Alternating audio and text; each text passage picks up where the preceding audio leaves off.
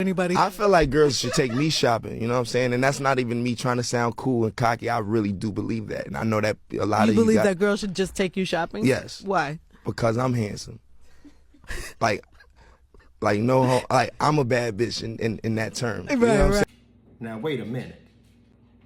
Did Mr. Fenty say what I thought he just said? He said a woman should take me shopping, cool. Because I think I'm handsome, cool. Then he comes out of nowhere and says, because I'm a bad B. Hold on, what? I had to rewind and hear that one more time just so I make sure I heard what he said correctly. It all kind of makes sense now. I guess he was the third choice because at the beginning I was like, all right, she's dealt with dudes like Chris Brown who went upside her head and she still came back to him.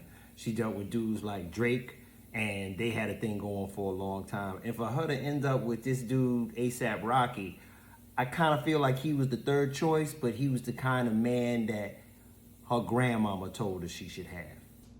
She said that her grandmother told her, always go for the man that loves you a little bit more than you love him. That way he'll be willing to do what it is you want him to do. And that makes sense because she didn't end up with Chris Brown. She didn't end up with Drake. She ended up with A$AP Rocky. Now, granted, neither one of them have as much money as she does, but I don't think that really matters. When you got 9 figures in your bank account like Chris or like Drake, I don't think her having $1 billion is a big deal. But Mr. Fenty over here, being third choice, he know how to get in where he fit in. But the whole concept of like, I want you to shop for me, I feel I'm that dude, that's all cool. Women are, you gonna be equals? Yo, you should be able to buy me something from time to time. But when he said that last line, I feel like I'm that B, that's where you lose me, homeboy. Now, I got nothing against it at all. Good for Rihanna, good for him. But it shows you that this man was built to play in a submissive position to this woman. And in a lot of situations, when women have a certain amount of money or status or career, it's very difficult for them to be in a position where they are submitting to a king, or they are the one who is going to give their man that feminine energy. And I think what worked best for her, based on her history, dealing with dudes like Chris Brown that would go upside her head, or dealing with dudes like Drake that, yo, it don't matter to me that you got $1 billion. I probably got $500 million myself. I can get any woman I want. Those kind of men were not going to placate to her feelings and her whims and urges and what she wanted. But like I told you, in that interview, she once stated that she was going to find somebody that's going to, submit to her, like a woman king. And that's cool. But that language that brother used, that I'm a bad B, that speaks volumes.